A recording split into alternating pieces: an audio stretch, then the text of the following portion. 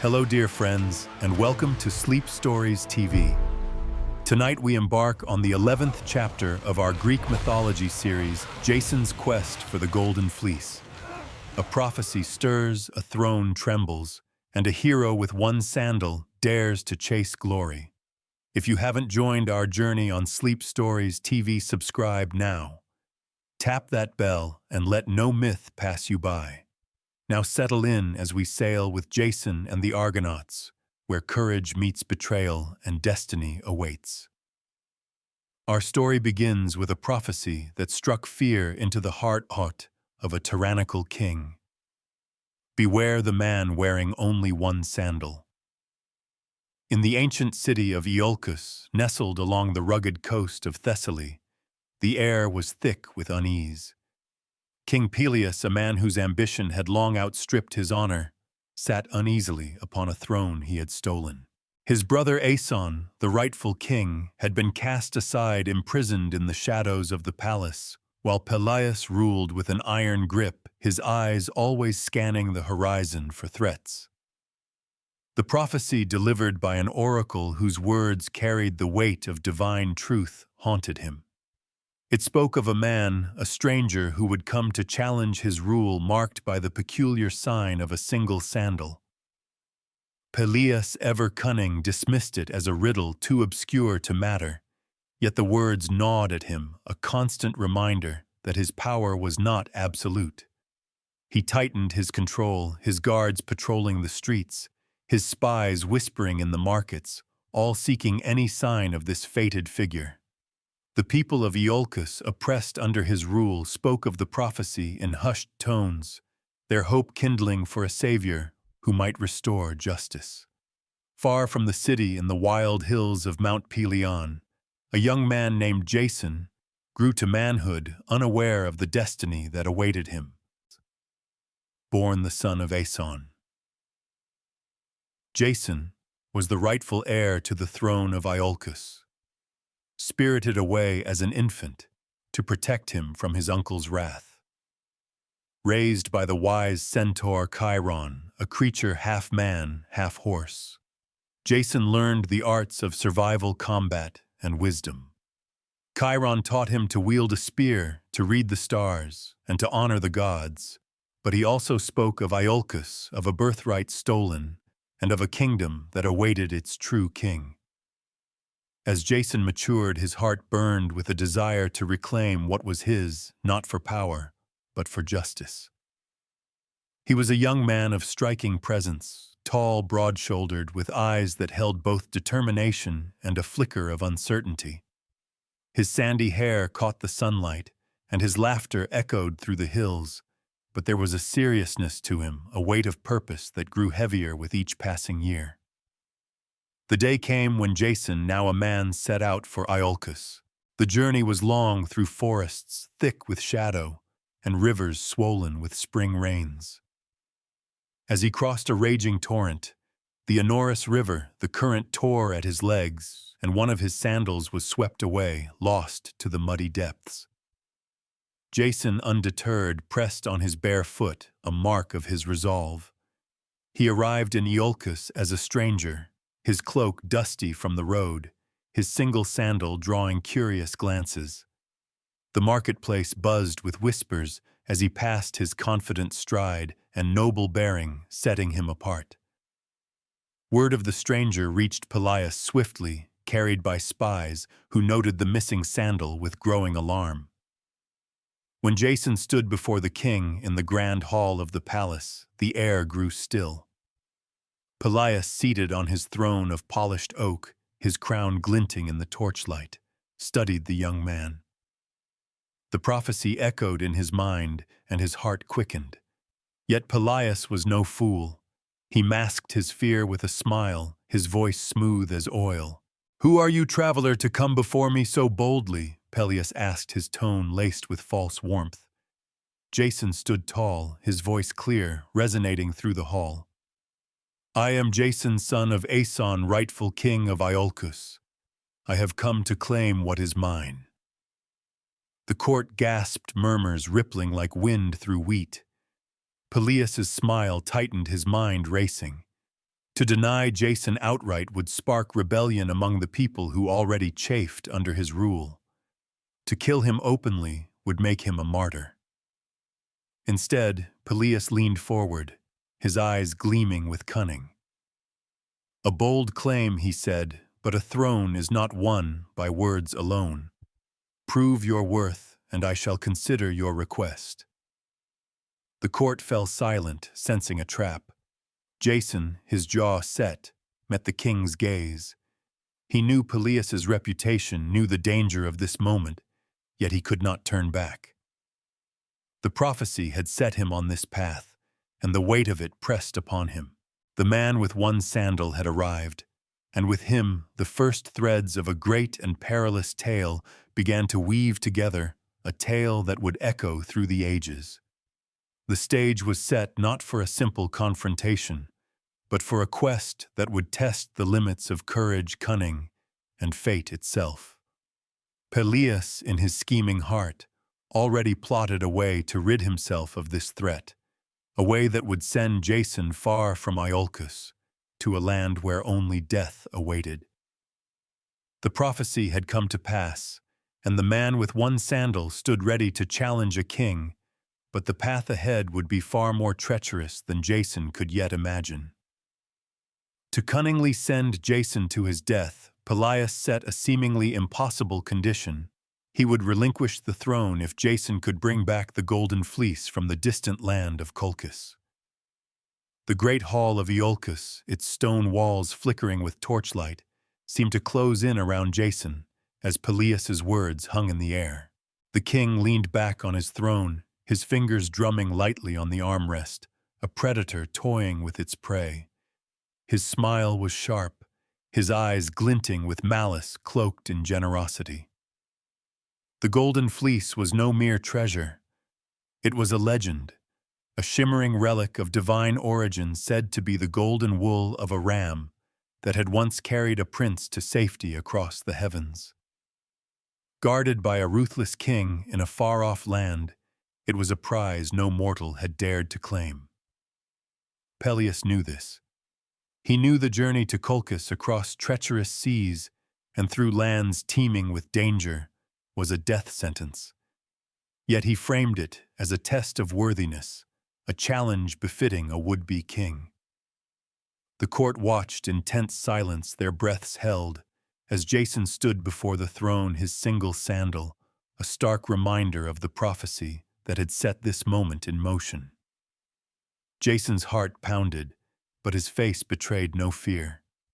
He was young, barely past 20 yet. The weight of his birthright steadied him. He knew Perilous' offer was a trap, a way to rid Iolcus of its rightful heir, without staining the king's hands with blood. But Jason was no fool, nor was he a coward. To refuse would mean admitting defeat, surrendering his claim before the people who whispered his name with hope. He thought of his father Aeson, languishing in Perilous' dungeons, and of the lessons Chiron had taught him. A hero does not flee from destiny, no matter how perilous. "I accept your challenge," Jason declared, his voice ringing clear, cutting through the murmurs of the court.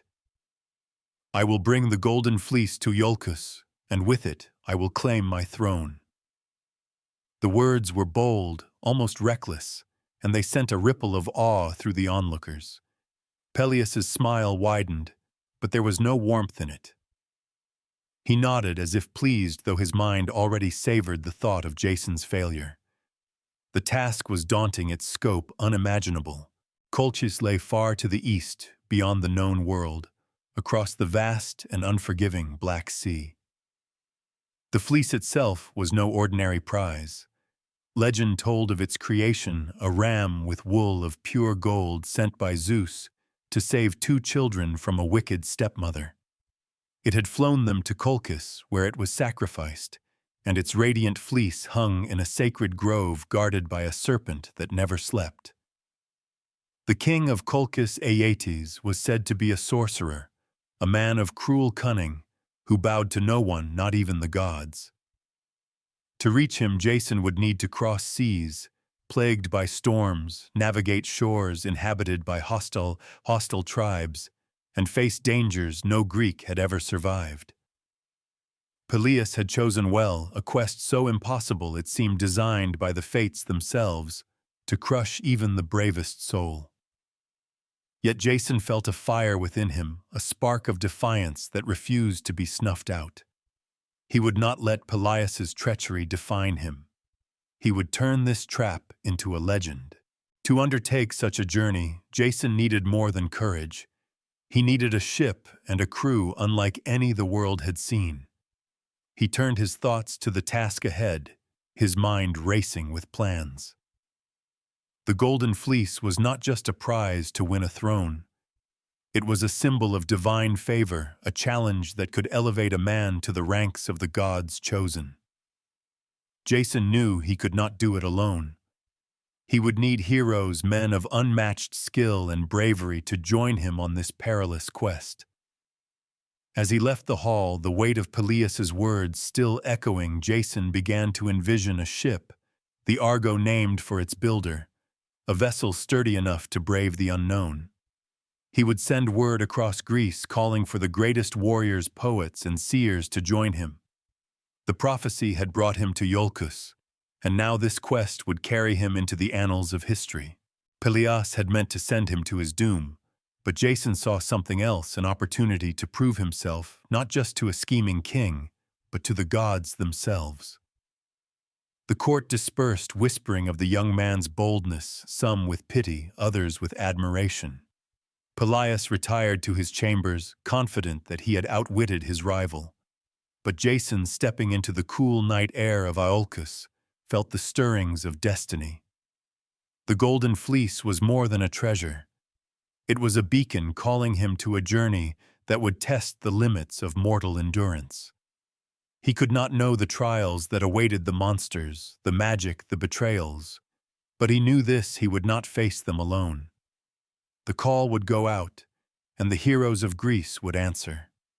The Argo would sail, and the quest for the Golden Fleece would begin, a saga that would echo through time, born from a king's deceit and a hero's resolve.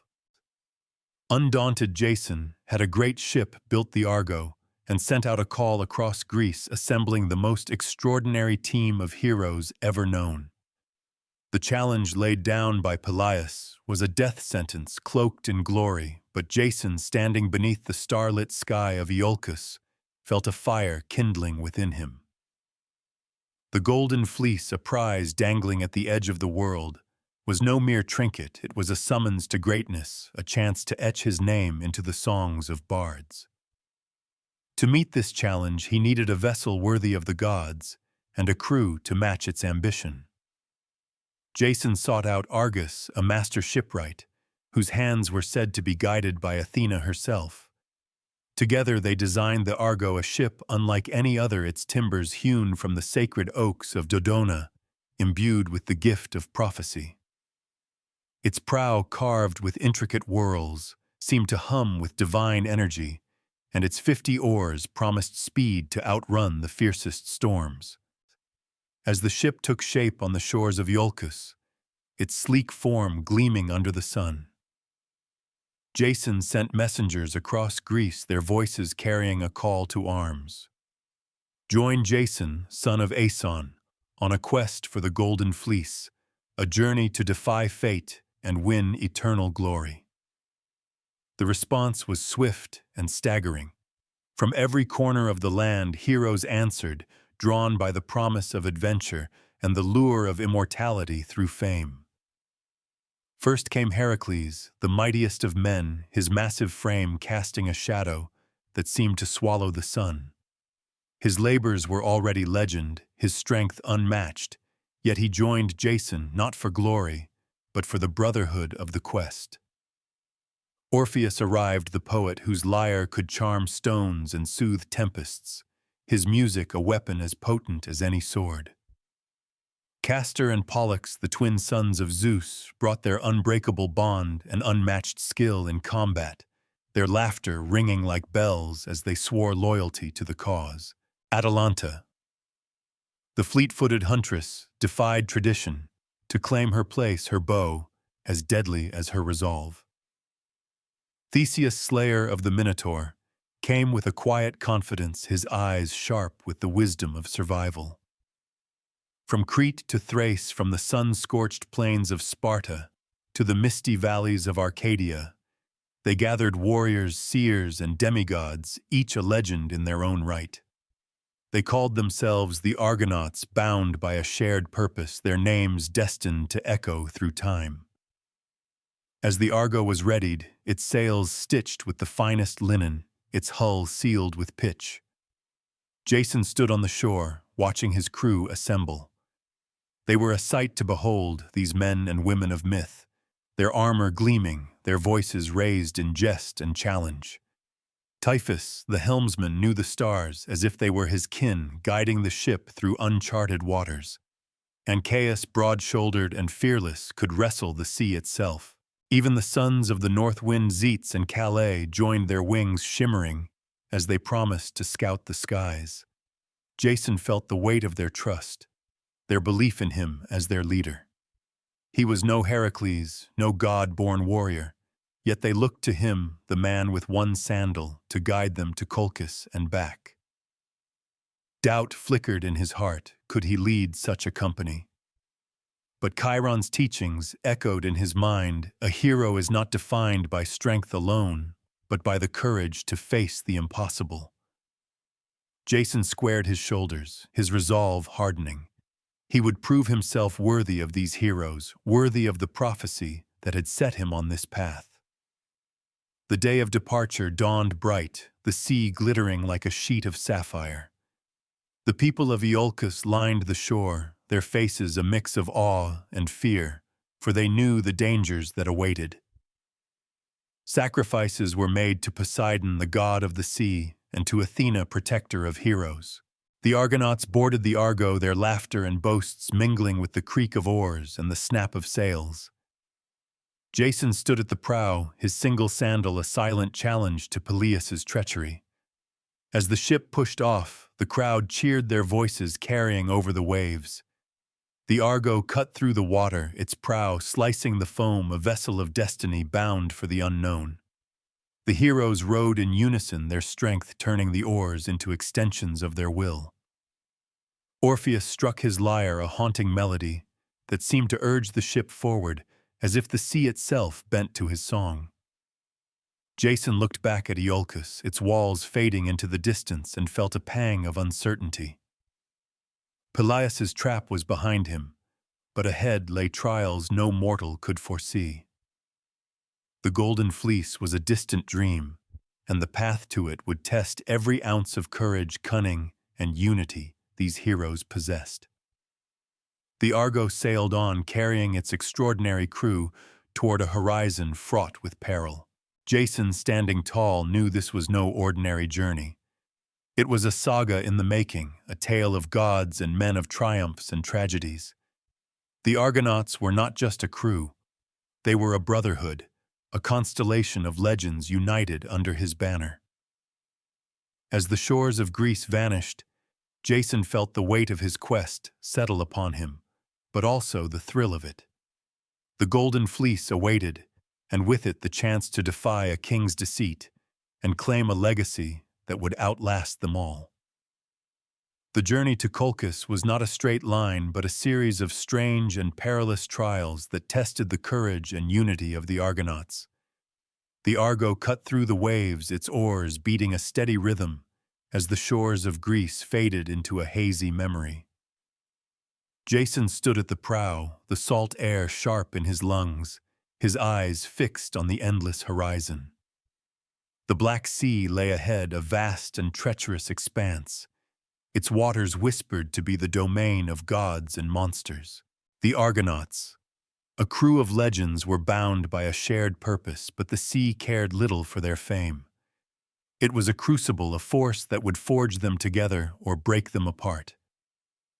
The heroes laughed and sang under Orpheus's lyre, their voices rising over the creak of the ship, but beneath their bravado lay a quiet understanding. This quest was unlike any they had faced. Each day brought new challenges, each wave a test of their resolve, and the trials that awaited would demand every ounce of their skill, strength, and trust in one another.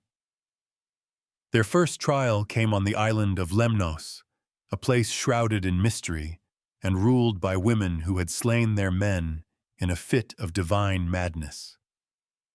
The Argonauts landed wary but weary, their supplies dwindling after days at sea. The women led by Queen Hypsipyle welcomed them with feasts and soft words, their beauty a siren's call. Jason, ever the diplomat, sensed both opportunity and danger. He accepted their hospitality, but urged caution, for the gods' whims were unpredictable. The Argonauts lingered, tempted by comfort, but Jason rallied them, his voice steady, reminding them of the fleece and the glory that awaited. They sailed on their unity preserved, but the encounter left a mark, a reminder that even paradise could conceal a trap. The sea grew rougher as they ventured farther, the winds howling as if Poseidon himself tested their worth. Typhus the helmsman guided the Argo with a steady hand, his eyes reading the stars as if they whispered secrets only he could hear. The next challenge was fiercer, a test of courage that would sear itself into their legend. The clashing rocks, the simple gades, loomed ahead, two massive cliffs that guarded the entrance to the Black Sea, grinding together to crush any ship that dared pass. The Argonauts watched in awe and dread as the rocks moved, their stone faces slamming shut with a thunder that shook the sea. Phineus, a blind seer they had rescued from tormenting harpies, had gifted them wisdom for their aid. "Release a dove," he said, "and if it passed through, so could the Argo." Jason held the bird, its heart fluttering against his palms, and let it fly. The rocks parted, then crashed together, clipping the dove's tail feathers. The Argonauts roared into action, their oars digging deep, the Argo surging forward as Typhus steered with unerring precision. The cliffs loomed, their shadows swallowing the ship, but the heroes rowed as one, their strength a single heartbeat. The Argo slipped through the rocks, grazing its stern, and a cheer erupted, the sound echoing across the waves. They had defied the impossible, their bond forged anew in the face of death. Yet the trials continued, each more bizarre than the last. On the island of the Doliones, they were welcomed as friends, only to be mistaken for enemies in the dead of night. A tragic battle ensued, and Jason's heart sank as he realized they had slain their hosts, a mistake born of chaos and darkness. The Argonauts performed rites to appease the gods, their spirits heavy, but Jason urged them onward, his voice a beacon through their guilt. Another island brought the 6-armed giants of Bebryces, led by a brutish king who challenged Heracles to a boxing match. Heracles, his fists like thunderbolts, felled the giant, but the victory was bittersweet, for he chose to remain behind, drawn to a new quest. The Argonauts sailed on their numbers, lessened their hearts tested by loss. Orpheus's music soothed their grief, his lyre weaving melodies that seemed to hold the sea at bay, but Jason felt the weight of leadership grow heavier. Each trial revealed the fragility of their unity, the thin line between triumph and disaster. As they neared Colchis, the sea itself seemed to conspire against them, storms lashing the Argo with relentless fury. Zetes and Calais, the winged sons of the north wind, scouted the skies, their voices calling warnings through the gale. Atalanta's arrows struck down seabirds that attacked with unnatural ferocity, their cries like omens of the trials to come. Jason moved among his crew, his presence a quiet strength, his words reminding them of the fleece of the prophecy of the throne that awaited. The Argonauts were no mere band of warriors. They were a tapestry of courage, each thread vital to the whole. The trials had scarred them, but they had also bound them, their shared struggles, a fire that burned brighter with each challenge overcome. As the distant shores of Colchis appeared a jagged line against the dawn, Jason knew the true test lay ahead. The sea had been a crucible, but Colchis held dangers no wave could match. The Argonauts, tempered by their journey, stood ready, their eyes fixed on the horizon, their hearts steeled for the trials that awaited in the land of the Golden Fleece. Upon reaching Colchis, they faced a king even more ruthless than Peleus' king Aeetes, who had no intention of giving his treasure to strangers. The Argo slipped into the harbor of Colchis under a sky heavy with clouds, the air thick with the scent of pine and salt. The journey had been a gauntlet of trials, each one forging the Argonauts into a tighter band. But now, as the jagged cliffs of this foreign land loomed, Jason felt a new weight settle upon him. Colchis was no mere destination.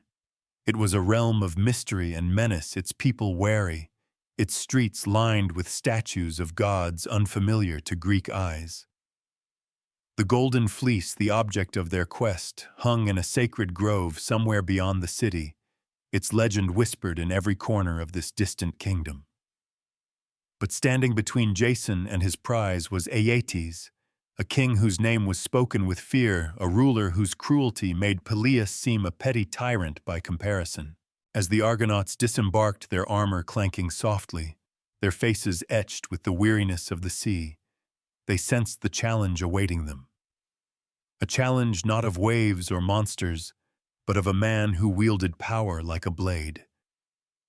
Aeetes' palace stood atop a hill, its walls of black stone gleaming like obsidian, its towers piercing the sky.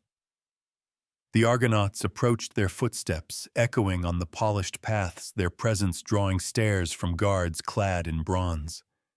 Jason led the way, his single sandal a silent defiance, his eyes steady despite the knot of apprehension in his chest. The great hall of Aeetes was a cavern of opulence and intimidation, its ceiling painted with scenes of gods and serpents, its floor inlaid with gold. Aeetes sat upon a throne carved from a single block of marble, his dark eyes glittering like the eyes of a hawk. His beard was streaked with silver, his robes woven with threads that shimmered in the torchlight. But it was his presence that commanded the room, a presence that radiated authority and menace. Beside him stood his daughter Medea, a young woman whose beauty was matched only by the intensity of her gaze, her silence hinting at depths none could fathom. The Argonauts stood before the king, their numbers diminished, but their resolve unbroken, and Jason stepped forward, his voice clear, carrying the weight of his mission. "Great King Aeetes," Jason began.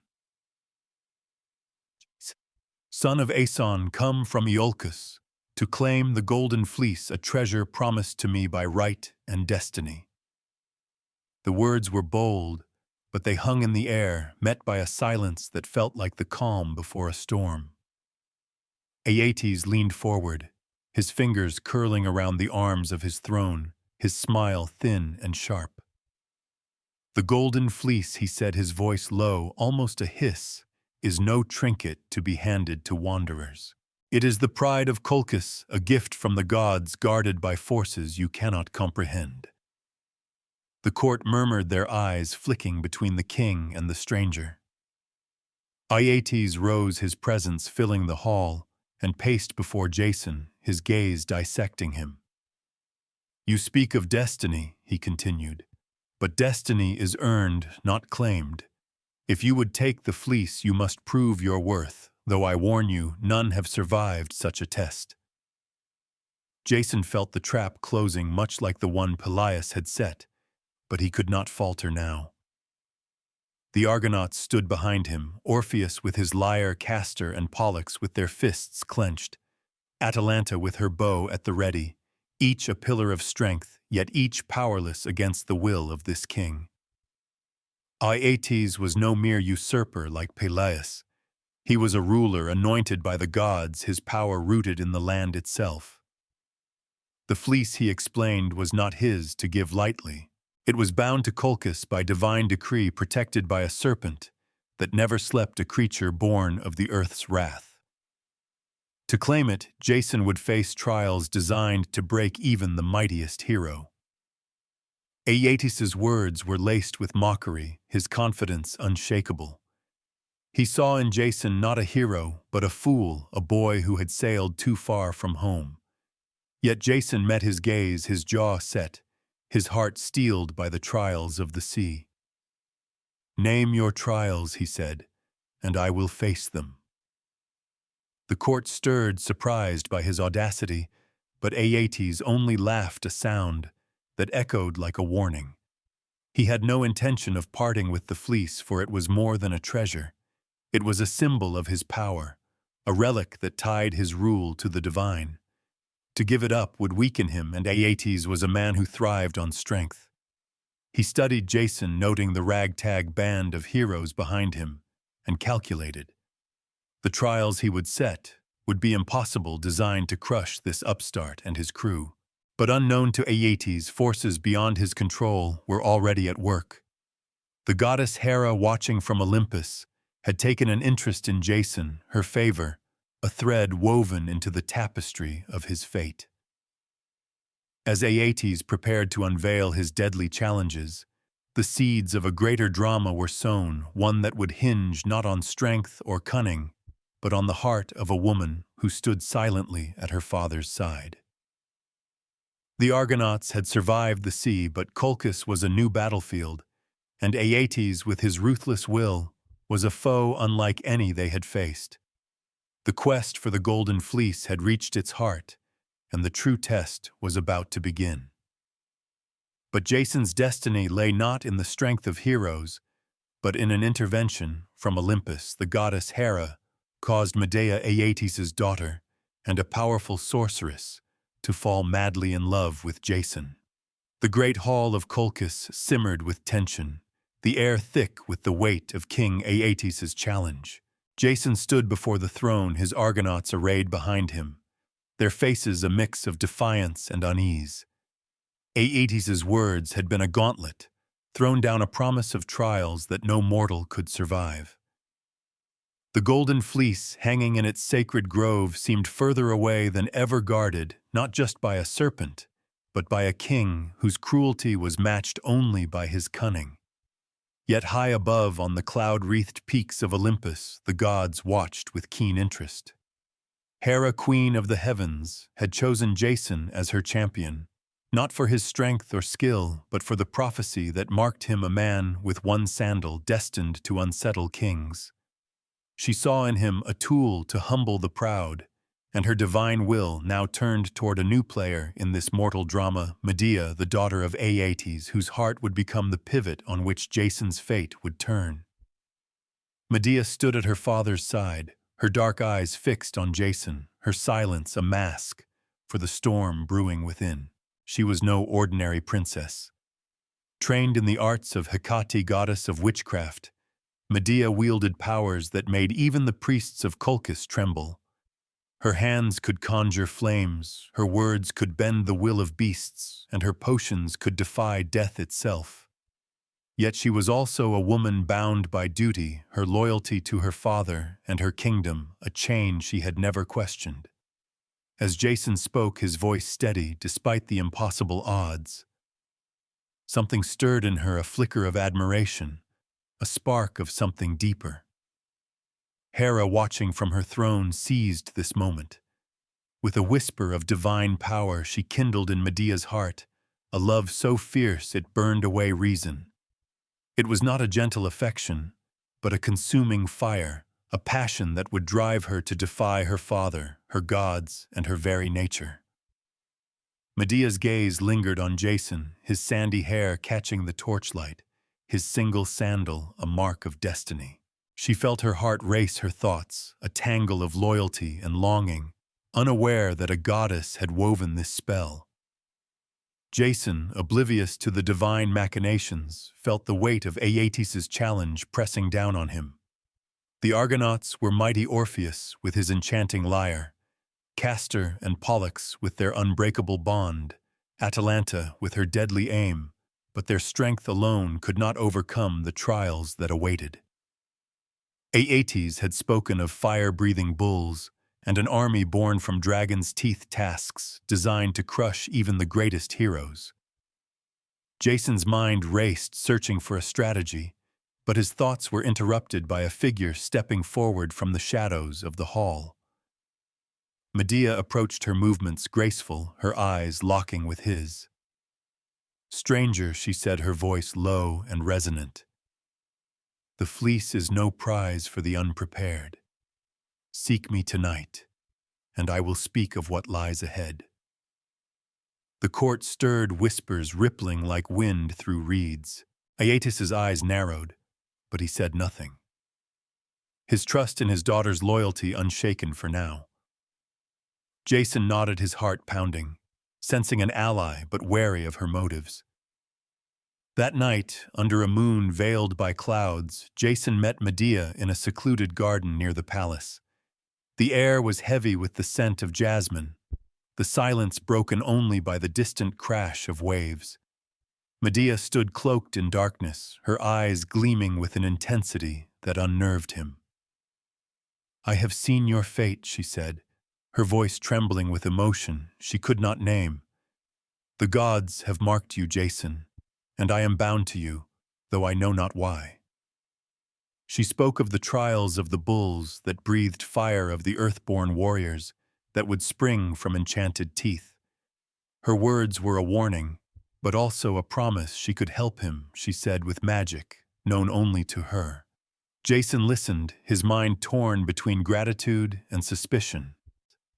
Why would the daughter of Aeetes aid a stranger? Yet as she spoke, her hands trembling, her eyes burning with a fire he could not ignore, he felt a connection, a thread of fate binding them. Hera's spell had done its work, but the passion in Medea's heart was real, a force as potent as any magic. Medea's offer was a lifeline, but it came with a cost. To accept her aid was to entangle himself with a woman whose power rivaled her father's, whose love was as dangerous as it was vital. Jason hesitated, his thoughts drifting to the Argonauts, to the throne of Iolcus, to the prophecy that had brought him here. He could not refuse her, not when the fleece hung so close yet so impossibly far. "I accept your help," he said at last, his voice steady but soft, as if speaking too loudly might shatter the fragile bond between them. Medea nodded, her face a mask of resolve, though her heart raced with a mix of fear and exhilaration. She handed him a vial, its contents glowing faintly in the moonlight, and whispered instructions, potions to shield him, charms to bend the will of beasts. As she spoke, her fingers brushed his, and a spark passed between them, a moment that sealed their fates. Hera watched from above, her divine will satisfied, but the gods are fickle, and the path she had set would lead to triumphs and tragedies neither Jason nor Medea could foresee. As Jason returned to the Argo, the vial clutched in his hand, he felt the tide of his quest shifting. The Argonauts were his strength, their courage his shield. But Medea was something more, a key to the impossible, a force as unpredictable as the sea. The trials of Aeetes awaited each one a death trap, but with Medea's magic, Jason saw a glimmer of hope.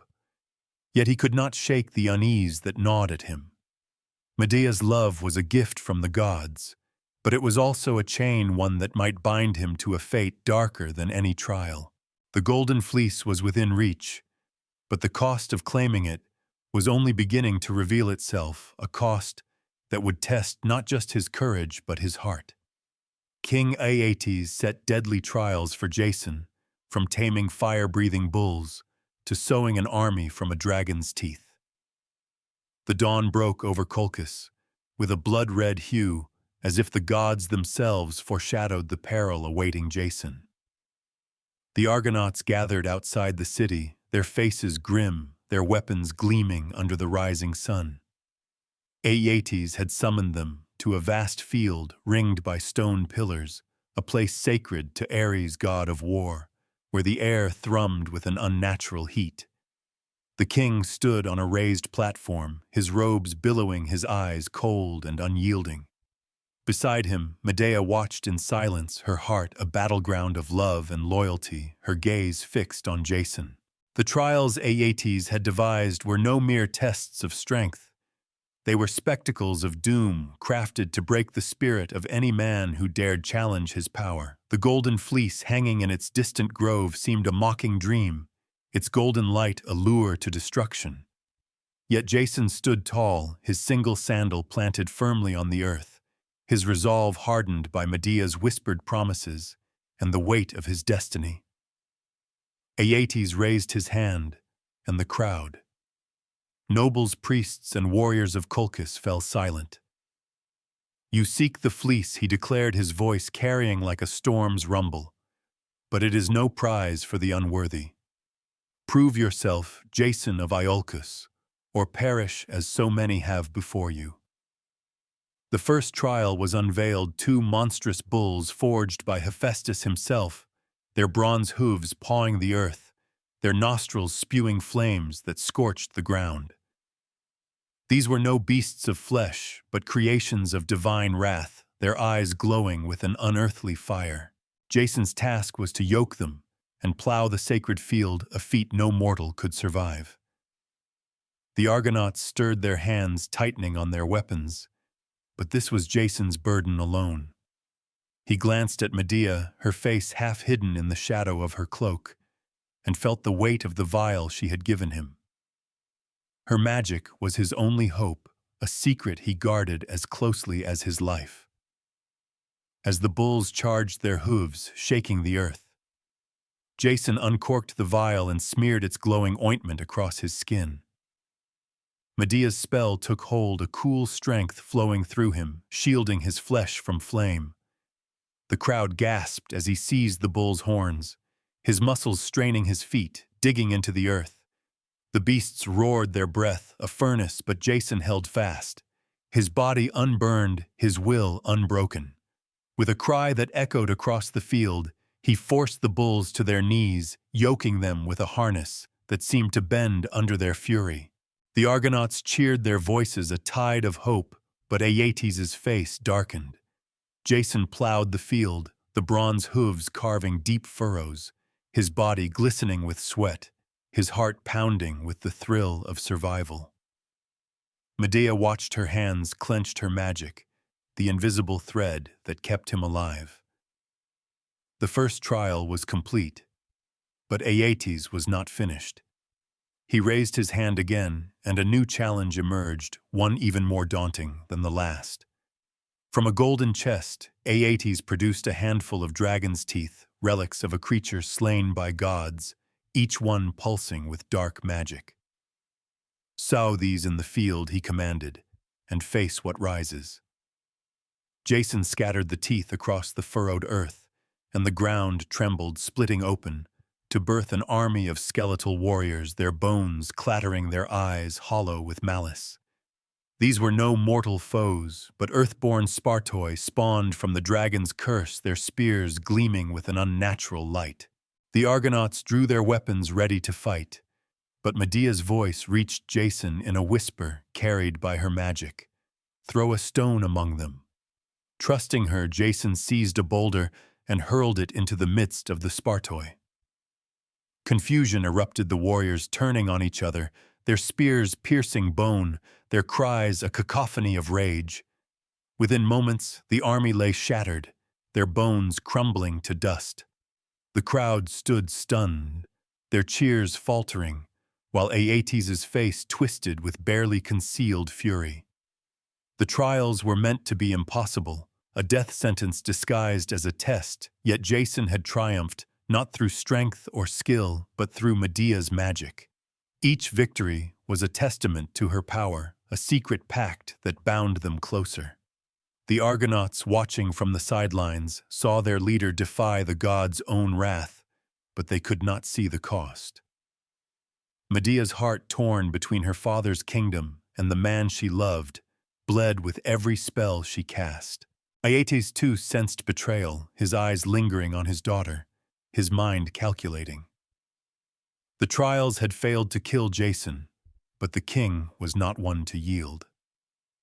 The Golden Fleece remained in its grove, guarded by a serpent that never slept, and Aeetes' will was as unyielding as the stone of his palace.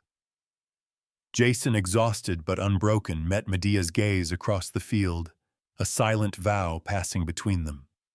Her magic had saved him, but it had also deepened the rift between her and her father, a rift that would soon demand a heavier price. As the sun set, casting long shadows over the field, Jason felt the weight of his victories. The Argonauts gathered around him, their faces alight with pride, but his thoughts were with Medea. She was no mere ally. She was the key to his survival, a woman whose love was both his salvation and his burden. The trials had been overcome, but the fleece was still beyond his reach, and Aeetes' treachery was far from spent. The quest had reached a precipice, and Jason knew that the next step would demand more than courage. It would demand a choice that could shatter hearts and kingdoms alike. The Golden Fleece glimmered in his mind, a prize so close yet guarded by forces that no man, not even a hero, could face alone. Through her enchanted potions and magical ointments, Medea secretly helped Jason overcome every trial, miraculously turning the impossible into the possible. The field of Ares, scarred by the furrows of fire-breathing bulls and littered with the dust of vanquished Spartoi, lay silent under the fading light of dusk. Jason stood at its edge, his chest heaving, his body aching from the trials that should have claimed his life. The Argonauts surrounded him, their cheers a faint echo in his ears, their faces alight with awe at his survival. Yet Jason's thoughts were not of victory, but of the woman who had made it possible, Medea the sorceress, whose magic had woven a shield around him, whose whispered spells had turned death into triumph.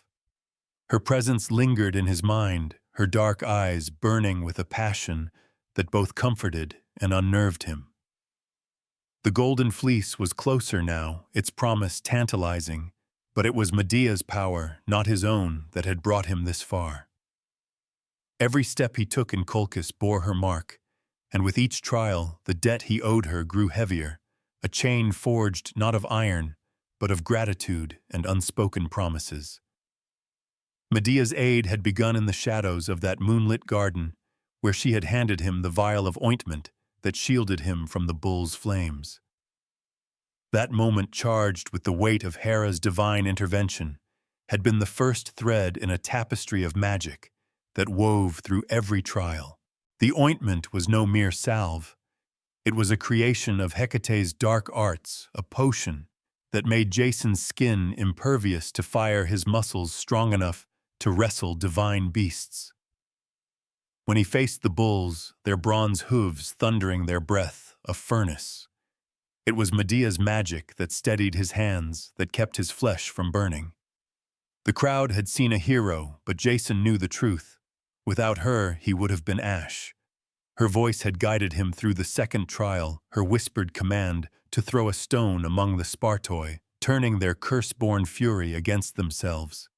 Each spell, each potion was a miracle, a defiance of the natural order, and with each Medea risked more, her father's trust, her place in Colchis, her very soul. In the quiet moments between trials, Medea sought Jason out, her meetings cloaked in secrecy.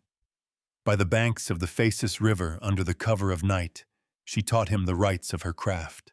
She showed him how to anoint his spear with a salve that dulled the pain of wounds, how to chant words that softened the earth's wrath. Her hands, steady and precise, mixed herbs and whispered incantations, her voice a melody that seemed to draw power from the stars. Jason watched mesmerized as she worked, her beauty amplified by the glow of her magic.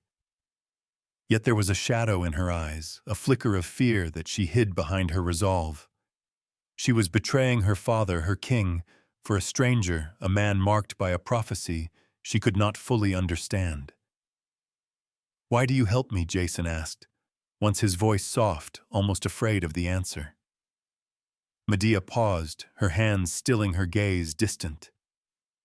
"The gods have willed it," she said, but her voice trembled, betraying the truth. Her heart, ensnared by Hera's spell, burned for him with a fire no magic could quench.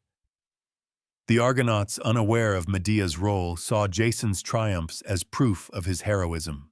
Orpheus sang of his courage, his lyre weaving tales that spread among the crew.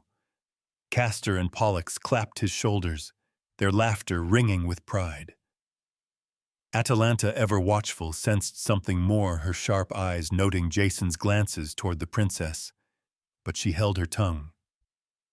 The crew's faith in their leader grew, but Jason felt the weight of their trust, knowing it rested on a foundation of Medea's secrets. Each trial had been a dance on the edge of death, and Medea's magic was the thread that kept him from falling. Yet with every victory, Aeetes' suspicion deepened. The king watched his daughter closely, his mind turning over the impossible feats of this foreign hero. He had designed the trials to kill, yet Jason stood alive, unburned, unbroken. The court whispered of divine favor, but Aeetes saw betrayal, his eyes lingering on Medea with a growing chill. Medea's aid was not without cost. Each spell she cast, each potion she brewed, drew her further from her father's side, from the life she had known. She worked in secret, her rituals hidden in the depths of the palace, her heart torn between love and duty. The magic she wielded was powerful, but it was also dangerous, a force that could consume as easily as it saved. Jason, too, felt the burden of her aid. He was no sorcerer, no demigod like his companions. He was a man reliant on a woman whose power dwarfed his own. Yet he could not turn away from her. The fleece was within reach, its golden light, a beacon in his mind. But it was Medea who made that dream possible. Her potions had tamed the bulls, her wisdom had felled the Spartoi, and her courage had defied a king. As the trials ended, Jason stood on the cusp of the final challenge, the fleece itself guarded by a serpent that never slept. Medea's magic would be his guide once more, but the cost of her help was becoming clear. She was no mere ally. She was a force of nature, a woman whose love could reshape destinies and whose wrath could destroy them. As night fell over Colchis, Jason prepared for the final step, his heart heavy with gratitude and unease. Medea had turned the impossible into the possible, but at what price? The Argonauts celebrated their leader's triumphs, unaware of the sorceress who had woven their victories. Aeetes, brooding in his palace, plotted his next move, his trust in his daughter fraying. The Golden Fleece awaited, but the path to it was paved with Medea's sacrifices, each one a step toward a future neither she nor Jason could fully see. The quest had reached its climax, and the bond between hero and sorceress, forged in magic and sealed by fate, would soon face its greatest test. When Aeetes went back on his word, Medea led Jason to the sacred grove, and with her spells she put the sleepless dragon to sleep so Jason could seize the Golden Fleece. The trials were over, the field of Ares silent under the weight of Jason's impossible victories, but the air in Colchis crackled with betrayal. King Aeetes stood in his palace, his face a mask of fury, his promise to yield the fleece revealed as a lie. He had never intended to part with the treasure, a relic that bound his rule to the gods, and Jason's survival through means he could not fathom only deepened his resolve to keep it. The Argonauts gathered by the Argo sensed the shift, their hands resting on sword hilts, their eyes scanning the city for signs of treachery. Jason, standing among them, felt the sting of Aeetes' deceit, but his heart was anchored by Medea's promise. She had saved him from the bulls, and the Spartoi, her magic a shield against death, and now with the fleece so close she would guide him once more. Yet the cost of her aid loomed larger, a shadow cast by her defiance of her father, her kingdom, and the gods themselves. Medea came to Jason under the cover of night, her cloak blending with the darkness, her eyes alight with a fire that both drew and unnerved him. "My father will not honor his word," she whispered, her voice urgent, trembling with the weight of her choice. "The fleece is yours by right, but we must take it now before his wrath descends." Jason hesitated, his mind racing. To steal the fleece was to invite Aeetes' full fury to make enemies of a kingdom and its gods. Yet the fleece was the key to his throne, the proof of his destiny, and Medea's love was the only path to it. He nodded, his jaw set, and followed her through the winding streets of Colchis, past temples where torches flickered like eyes toward the sacred grove where the fleece hung. The Argonauts remained behind, readying the Argo for a swift escape, their trust in Jason absolute, though none knew the true extent of Medea's role. The night was heavy, the air thick with the scent of pine and the distant roar of the sea, as if the world itself held its breath. The sacred grove lay beyond the city, a tangle of ancient oaks and twisted vines, its heart guarded by a serpent born of divine wrath. The dragon, as Aeetes had called it, was a creature of nightmare, its scales glinting like molten bronze, its eyes unblinking, its coils wrapped around the tree where the golden fleece shimmered. The fleece itself was a marvel, its wool radiant even in the moonlight, casting a glow that seemed to pulse with life. Jason stopped at the grove's edge, his breath catching at the sight. The serpent's head swayed, its hiss a low warning, its gaze locking onto him with a malice that chilled his blood. Medea stepped forward, her hands steady, her voice a soft chant that seemed to weave the air itself. She carried a small censer, its smoke curling upward, infused with herbs and spells known only to Hecate's chosen. "Stay back," she murmured to Jason, her eyes never leaving the serpent. She raised the censer, her words growing stronger, a melody of power that resonated with the grove's ancient magic. The serpent's hiss faltered, its coils loosening as Medea's spell took hold. She sprinkled a potion from a vial, its droplets glowing faintly as they fell, and the dragon's eyes grew heavy, its head sinking to the earth. Jason watched awestruck as the creature that never slept succumbed to Medea's will, its breath slowing to a soft rumble. The grove fell silent, the fleece's light, the only movement beckoning him forward. Medea nodded, her face pale, her hands trembling from the effort of her magic. Jason stepped past the serpent, his heart pounding, and reached for the fleece. His fingers brushed the golden wool, soft yet heavy, warm as if alive. He tore it from the branch, its light flaring briefly, and clutched it to his chest, the weight of his quest's climax settling upon him. Medea's eyes met his, a mix of triumph and fear, and she urged him to move. "We must go," she whispered, "before my father knows." They fled the grove, the fleece a glowing burden in Jason's arms, the night closing around them like a cloak. The Argo awaited its sails ready, its crew tense with anticipation. As Jason and Medea boarded, the Argonauts erupted in quiet cheers, their hands clapping his shoulders, their eyes wide at the sight of the fleece. Orpheus struck his lyre a soft note to mask their departure, while Tiphys guided the ship into the dark waters of the Phasis River. But Aeetes was no fool. His spies had seen Medea's absence, and the grove's silence screamed of theft. As the Argo slipped toward the sea, torches flared in Colchis, and the king's warships prepared to give chase.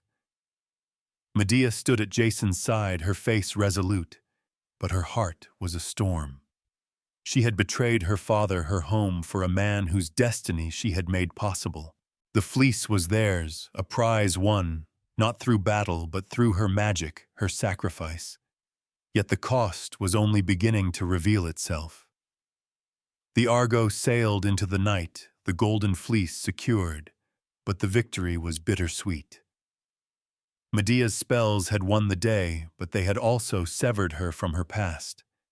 Jason felt the weight of her sacrifice, her love a chain that bound him as tightly as the fleece he held. The Argonauts, unaware of the full scope of her betrayal, celebrated their leader, but Jason knew the truth. This triumph was hers, not his. As Colchis faded behind them, the sound of Aeetes' warships echoed in the distance, a reminder that their escape was not yet won. The quest for the fleece had reached its peak, but the journey home would demand a price far greater than any trial, a price that would test the limits of love, loyalty, and the human heart. During their escape to slow her father's pursuit, Medea committed an unimaginably cruel act. She killed her own younger brother and scattered his dismembered body across the sea. The Argo sliced through the dark waves, its sails taut, its oars driven by the desperate strength of the Argonauts. The Golden Fleece, now secured in the ship's hold, glowed faintly, a beacon of triumph that felt increasingly like a curse. Behind them, the torches of Colchis blazed, and the ominous silhouettes of Aeetes' warships loomed on the horizon, their prows cutting through the water with relentless intent. Jason stood at the helm, his hands gripping the rail, his eyes scanning the sea for salvation. Medea beside him was a figure of quiet resolve, her cloak billowing in the wind, her face pale but unyielding. The theft of the fleece had set her father's wrath ablaze, and his fleet was closing in their drums, beating a rhythm of pursuit that echoed like a death knell. The Argonauts rowed with all their might, their breaths ragged, their muscles straining, but the warships were faster, their crews fueled by the king's fury. Medea knew her father's heart, his pride, his ruthlessness, and she knew that no distance, no storm would stop him from reclaiming his treasure and punishing his daughter's betrayal. The night was moonless, the stars hidden behind clouds, as if the gods themselves turned away from what was to come. Medea's mind raced her thoughts, a tangle of love, fear, and desperation. She had given everything for Jason, her magic, her loyalty, her home, and now with Aeetes' ships gaining, she faced the stark reality of their escape. The Argo was swift, but not swift enough. The Argonauts were mighty, but no match for a king's armada. Her eyes fell on her younger brother Apsyrtus, a boy barely grown, who had stowed aboard the Argo in the chaos of their departure. He was her kin, her blood, a piece of Colchis she had not meant to take. Yet as she looked at him, his wide eyes filled with trust, a terrible plan formed in her mind, a plan born of the dark magic she wielded and the all-consuming love that Hera had kindled within her. To save Jason, to save the fleece, she would have to cross a line from which there was no return. Medea drew Jason aside, her voice low, her words cutting through the roar of the sea. "My father will not stop," she said, her eyes burning with a resolve that chilled him. "There is one way to slow him, but it will cost us dearly." Jason, his heart heavy with the weight of her sacrifices, listened as she outlined her plan. His face paled, his breath catching, but he said nothing. The choice was hers, and the silence between them was a tacit agreement. Medea turned away, her hands trembling, as she approached Apsyrtus. The boy smiled at her, unaware of the storm within her soul. She led him to the ship's edge, her voice soft, soothing, as she spoke of the stars, of Colchis, of home. The Argonauts, focused on their oars, did not see the knife she drew, its blade glinting faintly in the darkness. With a swift, practiced motion guided by the same hands that had woven spells to save Jason, Medea struck. Apsyrtus gasped, his eyes wide with shock, and fell silent. His life slipping away as Medea's tears mixed with his blood. The act was swift, but its aftermath was a nightmare. Medea, her hands stained, her heart breaking, dismembered her brother's body, each cut a wound to her soul. She cast the pieces into the sea one by one, their splashes swallowed by the waves. The Argonauts, some catching glimpses of her actions, froze in horror, their oars faltering. Orpheus's lyre fell silent, his song choked by disbelief. Jason stood rooted, his eyes fixed on Medea, seeing not the sorceress who had saved him, but a woman transformed by desperation into something terrifying. The sea carried Apsyrtus's remains toward Aeetes' ships, and the king's pursuit faltered. His flagship slowed, then stopped, as his crew retrieved the fragments of his son, their cries of grief piercing the night. Aeetes, standing at the prow, roared in anguish, his voice a raw wound. The ritual duty to honor the dead bound him, forcing him to pause to gather his son's remains, giving the Argo the precious time it needed to slip into the vastness of the Black Sea.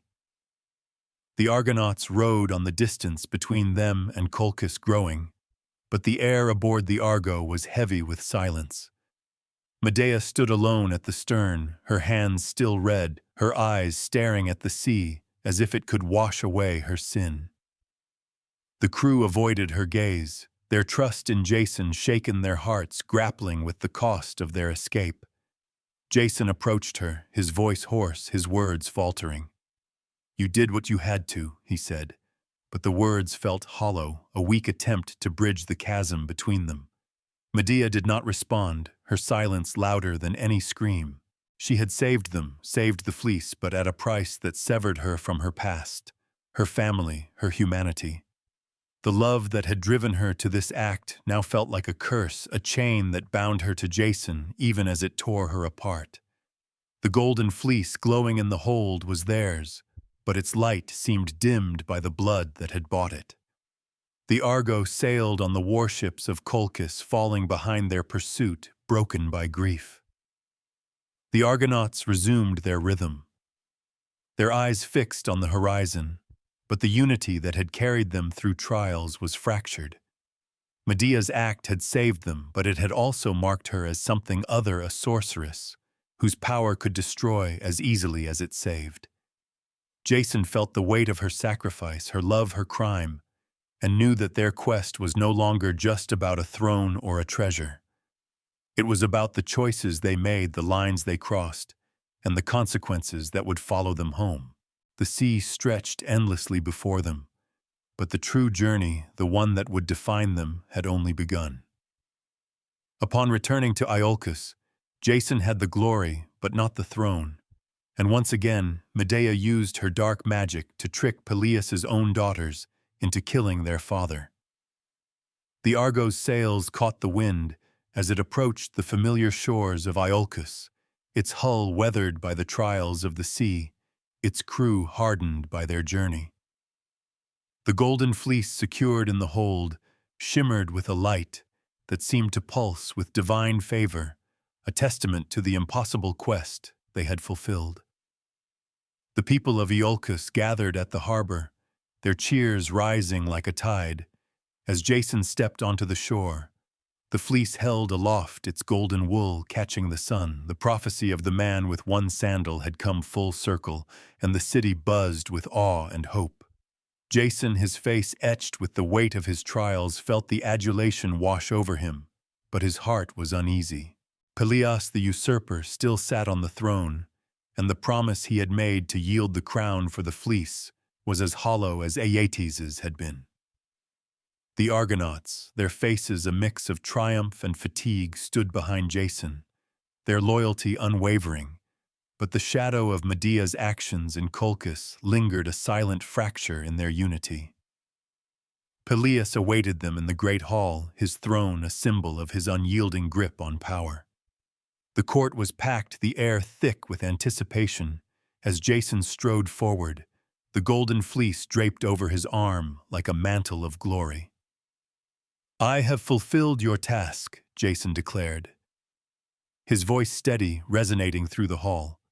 "The golden fleece is yours, and with it I claim my rightful place as king of Iolcus." The crowd murmured, their eyes wide, but Peleus's smile was thin, his fingers drumming on the armrest of his throne. He rose, his voice smooth as venom, and praised Jason's feat, calling it a marvel worthy of the gods. Yet his words twisted, his tone laced with mockery. "The fleece is a treasure," he said, "but a throne requires more than trophies. You are young, Jason, untried in rule. Iolcus needs a king proven by time." The court stirred, sensing the betrayal, but none dared speak against the king. Jason's jaw tightened, his triumph turning to ash. Perilous had no intention of stepping down, and the fleece hard won through blood and magic was not enough to unseat him. Medea, standing at Jason's side, felt the sting of Peleus's deceit as keenly as he did. Her dark eyes burned with a quiet fury, her hands clenched beneath her cloak.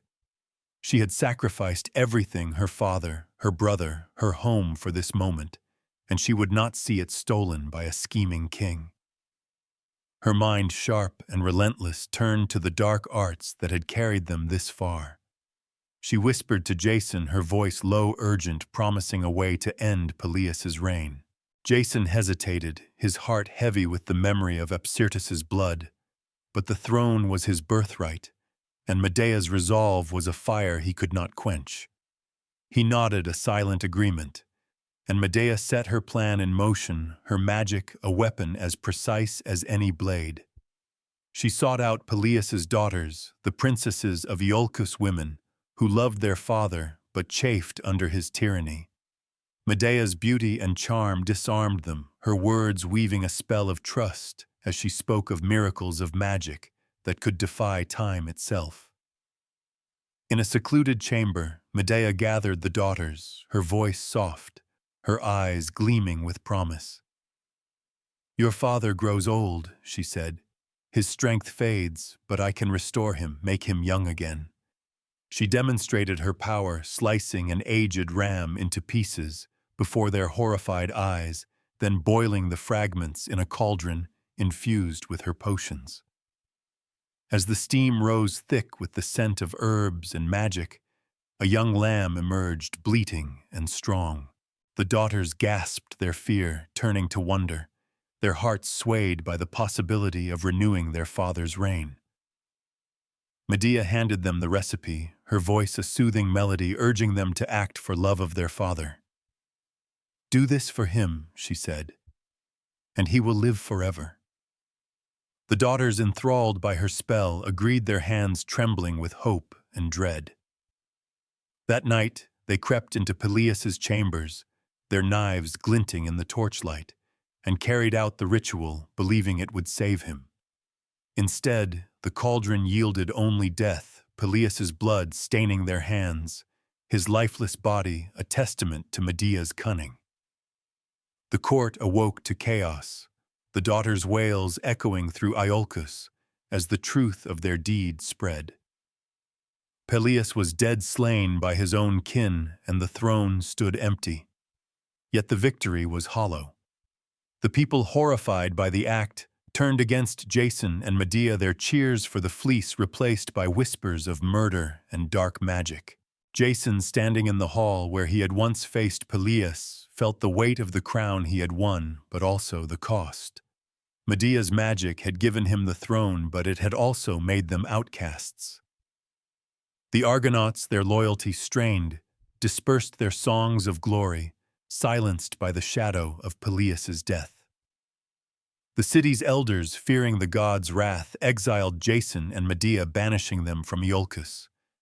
As they boarded the Argo once more, the fleece a bitter prize, Jason looked at Medea, her face resolute but haunted. She had killed for him again, her love a force that shaped destinies and destroyed them. The throne was lost, the quest complete, but the price of their triumph was a life of exile, a path paved with blood and betrayal that would lead to darker days. Years later in Corinth, Jason, driven by ambition, decided to abandon Medea to marry a young princess for political power. The Argo, now a relic of a bygone quest, lay beached on the shores of Corinth, its timbers weathered, its prow silent, no longer whispering prophecies. Jason and Medea had wandered since their exile from Iolcus, their lives marked by the shadow of their deeds, the Golden Fleece once a symbol of triumph, now a reminder of blood and betrayal.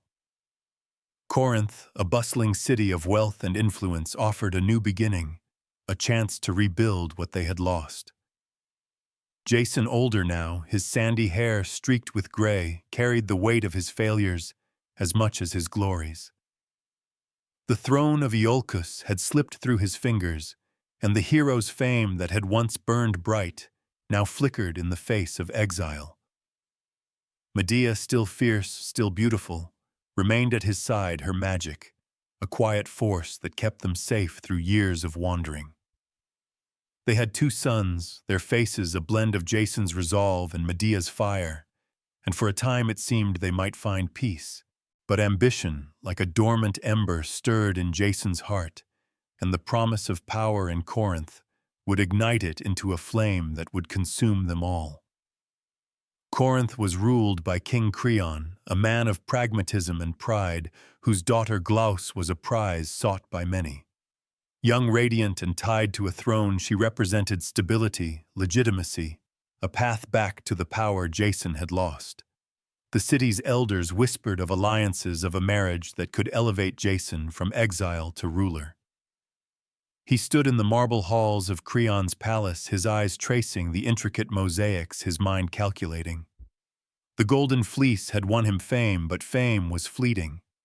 A throne, a legacy, was eternal. Medea had given him everything, her magic, her loyalty, her brother's life. But she was a foreigner, a sorceress, a woman stained by the blood of Iolcus and Colchis. To the Corinthians, she was a liability, a reminder of dark deeds. Jason, driven by a hunger he could not name, began to see her not as his savior, but as a chain binding him to a past he longed to escape.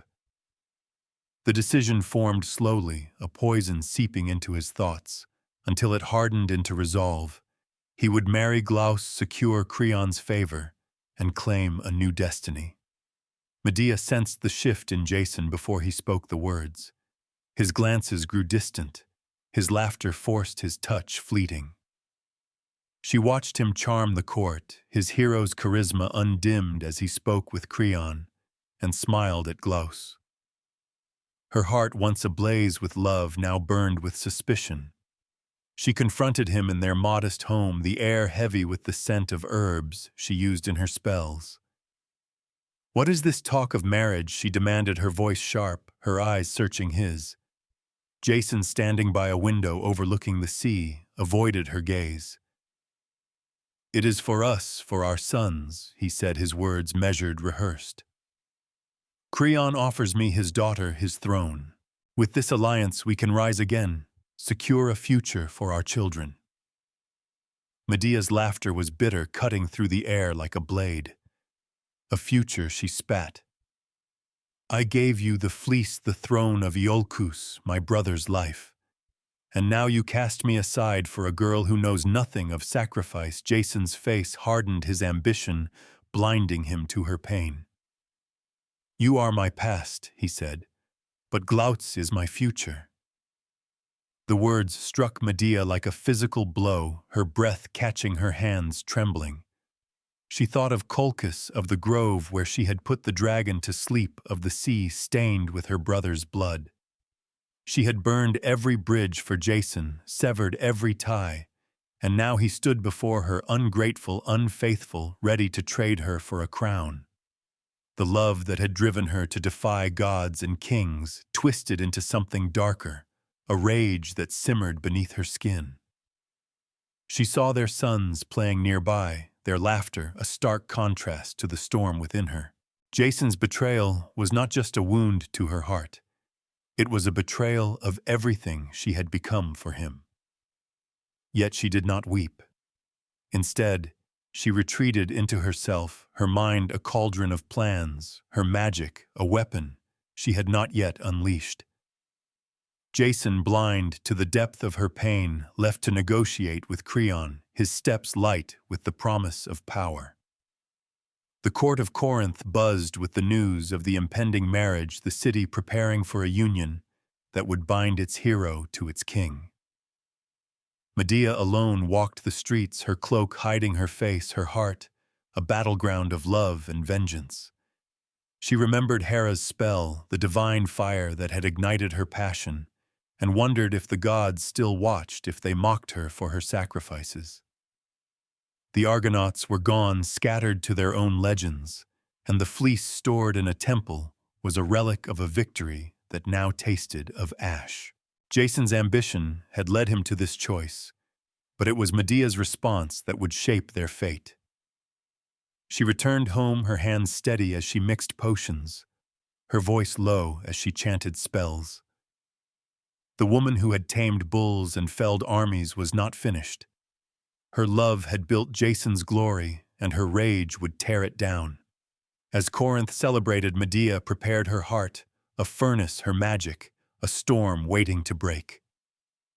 Jason's decision was a spark, and Medea's pain was the fuel. The city, unaware of the tragedy unfolding, continued its preparations, but the air grew heavy as if the gods themselves sensed what was to come. Jason, standing beside Glauce in the palace, felt a flicker of unease, a shadow of the woman he had betrayed.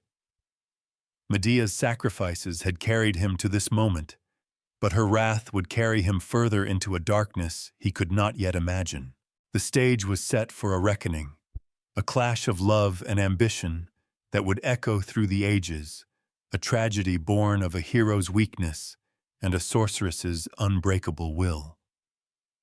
In her absolute rage and pain, Medea enacted a horrifying revenge, not only killing her rival, but also murdering her own two sons to completely destroy Jason's future.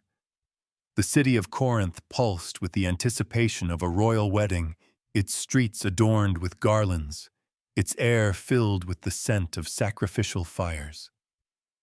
Jason, standing beside Glauce in the palace, wore the mask of a hero. His smile practiced his ambition, blinding him to the storm brewing in the heart of the woman he had betrayed. Medea, cloaked in shadows, moved through their home like a specter, her eyes hollow, her hands steady as she prepared her final act. The love that had once driven her to defy gods and kings had curdled into a rage so fierce it consumed all reason. Jason's betrayal, his choice to abandon her for Glauce, for a throne, for a future that erased her, was a wound that bled beyond healing. She had given him the Golden Fleece, her brother's life, her father's trust, and the throne of Iolcus, only to be cast aside as a relic of his past. Now, in the crucible of her pain, Medea forged a vengeance that would sear itself into the annals of myth, a tragedy so profound it would echo through time as a warning of love's destructive power. Medea's plan began with a gift, a gesture cloaked in the guise of reconciliation. She summoned her sons, their young faces bright with innocence, and handed them a golden robe and a crown woven with her most potent magic. "Take these to the princess," she told them, her voice soft, masking the storm within. The boys, eager to please, ran to the palace, their laughter a dagger in her heart. Glauce received the gifts with a smile, unaware of the curse woven into the fabric. As she draped the robe over her shoulders and placed the crown on her head, Medea's magic awakened.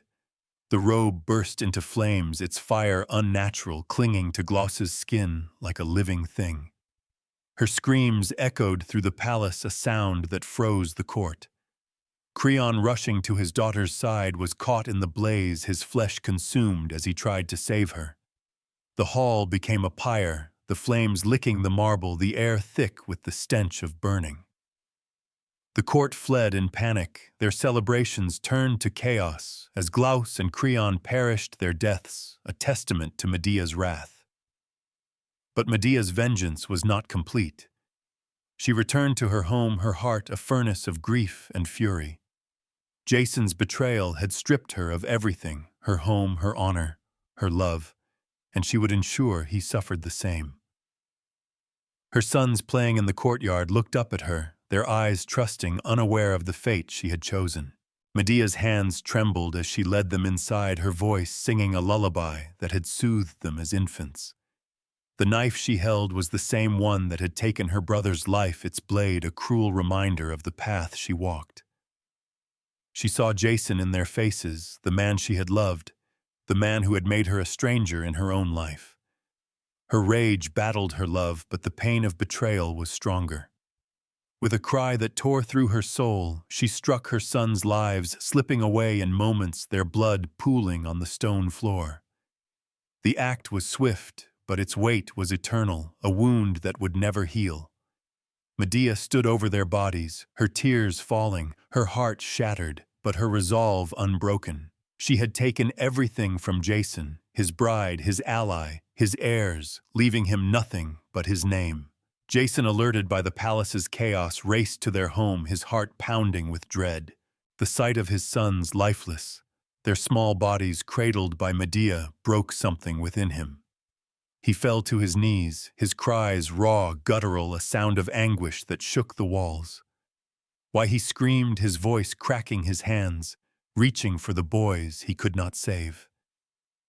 Medea stood above him, her face a mask of pain and defiance, her eyes burning with the fire of her vengeance. "You chose power over me," she said, her voice steady, cutting through his grief. "Now you have neither."